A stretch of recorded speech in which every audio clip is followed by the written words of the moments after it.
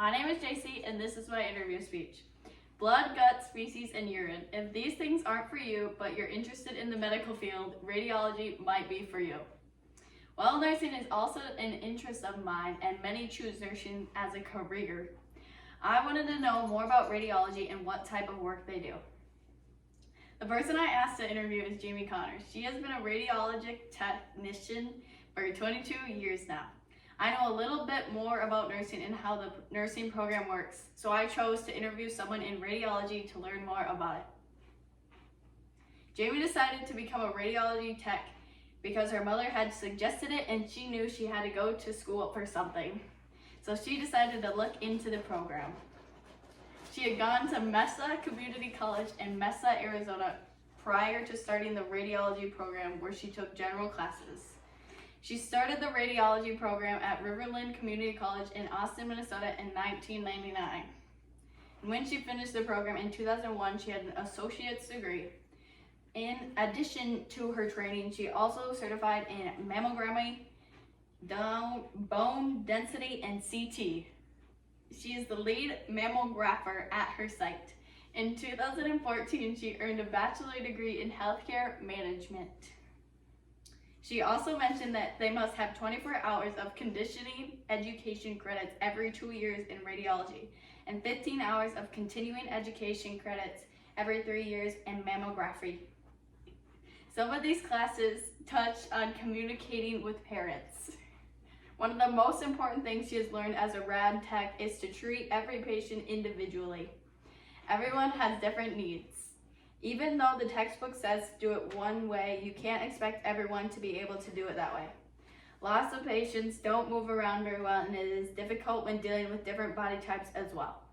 She has to do what works best for the patient and adapt to them individually. Many people think that X-ray techs just take pictures of broken bones all day. There's a lot more to it. They do CT scans to image any area of the body, but can look at the heart, all organs, the brain, extremities for any abnormalities. Mammography is used to detect breast cancer, and bone density is used to determine how dense bones are. She works with all ages and also makes communication important. You have to find a way to speak with the patient on their level in a way that they can understand. It's very important in radiology that the patient holds still so that the images aren't blurry. So you must explain that to them and find ways to help them hold still and not be anxious or scared. For example, one thing that she has changed over the years is the term camera. She used to tell her young patients that the X-ray tube is a big camera.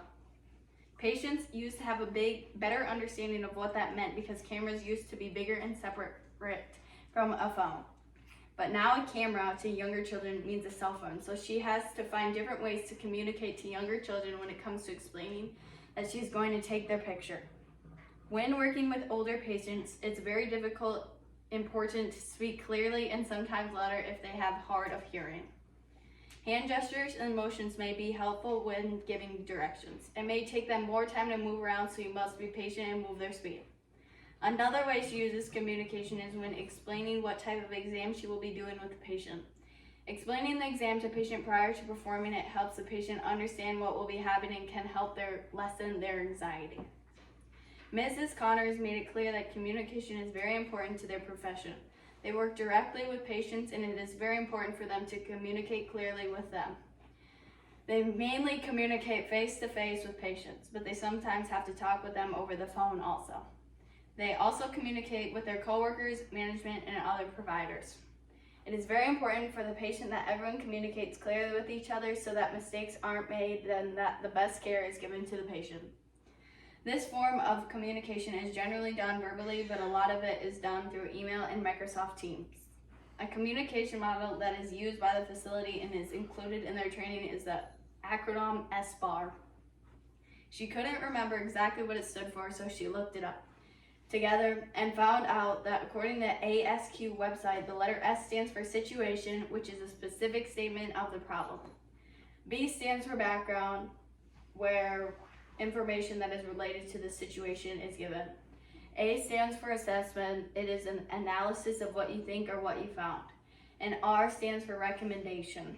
which is where you give the action requested or the recommendation.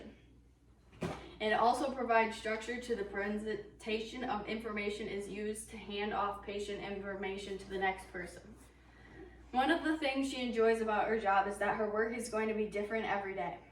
She might have slower days and she might have really busy days. It's hard for her to analyze what her audience is going to be when she walks into work each day. Her audience is her patients and who comes into contact with each day. People have all different types of personalities and qualities, so her goal each day is to do her best and help her patients the best she can. She never has to speak in front of large groups. Many times, children or the elderly will come with family members, so you have to communicate with more than just the patient. But no large group speaking or presenting to anyone. Her job focuses on both listening and speaking.